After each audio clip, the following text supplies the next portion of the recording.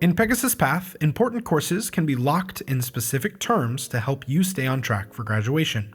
Locked requirements include advisor admin locks and student pins. In the locked column, you can see courses that have the advisor admin lock or student pin. These courses remain locked in place when you update your term and unit preferences or manually refresh the suggestions. They are typically added by an academic success coach or faculty advisor to help you complete certain prerequisites at the right time and stay on track for graduation.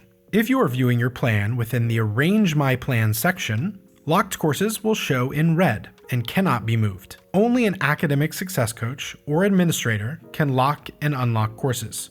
You'll need to contact your academic success coach if you wish to discuss the reason for the lock.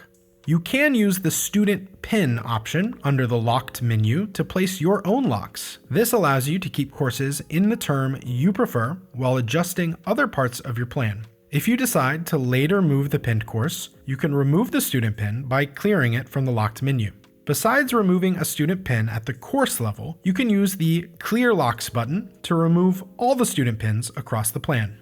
Any advisor admin locks will remain after using this feature.